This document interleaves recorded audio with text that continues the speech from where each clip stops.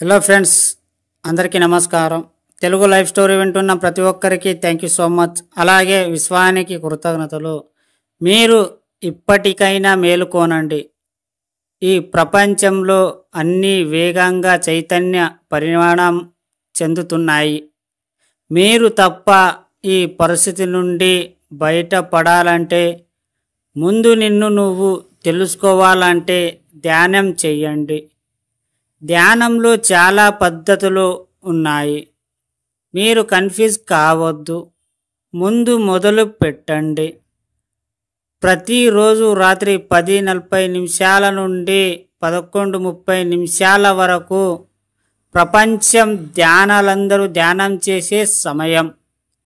మీరు కూడా ఈ సమయంలో ధ్యానం చెయ్యండి. ఎందరో యోగాలు ఆత్మలు మిమ్మల్ని టచ్ చేసి మీ గమ్యం ఏమిటో తెలియచేస్తుంది.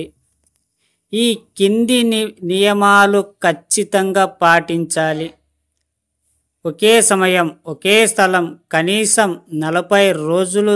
దీనికై తిథి, వారం, నక్షత్రాలు చూసి టైం వేస్ట్ చేయకండి. ముందు మొదలు పెట్టండి. మీరు ఇప్పటికైనా సరే మేలుకోండి. ఇన్ని రోజులు ఆ మాటలు వీళ్ళ మాటలు అన్నీ చేశారు కదా, అన్నీ విన్నారు కదా, అయినా సరే మీకు అనుకున్నది కాలేదు కదా. ఒక్కసారి దీన్ని ట్రై చేయండి. ఒక్కసారి ట్రై చేసినప్పుడే కదా మేము అది అవుతుందా కాదా అనేది. నేనేమంటానంటే, మీరు అందరినీ చూశారు, అన్నీ చేసి చూశారు కదా, మీరు అనుకున్నది కాలేదు కదా. ఇప్పుడు దీన్ని ఒకసారి ట్రై చేయండి. కేవలం 40 రోజులు, ₹1 మీరు ఖర్చు పెట్టకండి. అన్నీ మీ లోపలనే. మీకు ఇంట్రెస్ట్ ఉంటే ఒక 40 రోజులు డైలీ చెయ్యండి. ఏం లేదు, జస్ట్ రాత్రి పడుకునే ముందు, అందరు పడుకునే ముందు 10:45 జస్ట్ కళ్ళు మూయండి అంతే. మీరు కూర్చున్నా సరే, పడుకున్నా సరే, మీరు జస్ట్ కళ్ళు మూసుకొని మీకు ఏమేమి కళలు వస్తున్నాయి దాని మీదనే ఫోకస్ చేయండి.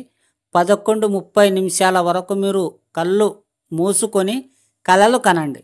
ఒక్కొక్కటి మీకు అర్థమవుతుంది. మీ జీవితంలో ఏం జరుగుతుంది, ఏమీ లేదు, మీకు క్లియర్గా మీకు ఏమేమి కావాలి, ఏమేమి లేదు అన్ని కళ్ళ ముందు వస్తూ ఉంటాయి. ఒక్కసారి అయితే ట్రై చేసేయండి. పడుకునే ముందు జస్ట్ మీరు పడుకునేటప్పుడు కళ్ళు మూసుకోండి అంతే, ఏం చేయకండి. దాన్ని పరిశీలించండి. ఏమేమి వస్తున్నాయి, మనకేం గుర్తొస్తున్నాయి, ఏం కళలు వస్తున్నాయి, దాని మీద ఫోకస్ చేయండి. మీకు తెలిసిపోద్ది కదా. ఒకవేళ చేసి చెప్పండి అప్పుడు కరెక్టా కాదా, మీకు ఏమొస్తున్నాయి, ఏం లేదా, నిజమా కాదా అని. చేసినప్పుడే కదా అర్థమవుతుంది మీకు. ఇది ఒక వ్యాపారంలో దిగినప్పుడే కదా ఇది లాభం అవుతుంది లేదా నష్టం అవుతుంది. రెండు దాంట్లో ఏదైనా ఒకటి అవుతుంది.